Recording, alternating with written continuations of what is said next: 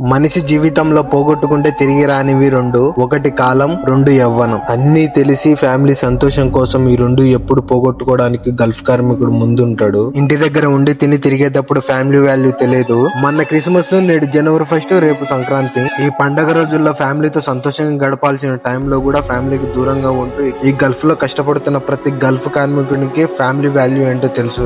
రోజులు మారుతున్నాయి, సంవత్సరాలు మారుతున్నాయి, కానీ గల్ఫ్ లో పనిచేసే గల్ఫ్ కార్మికుల జీవితం అయితే మారకోకునుంది. పేరుకు మాత్రమే కొత్త సంవత్సరం.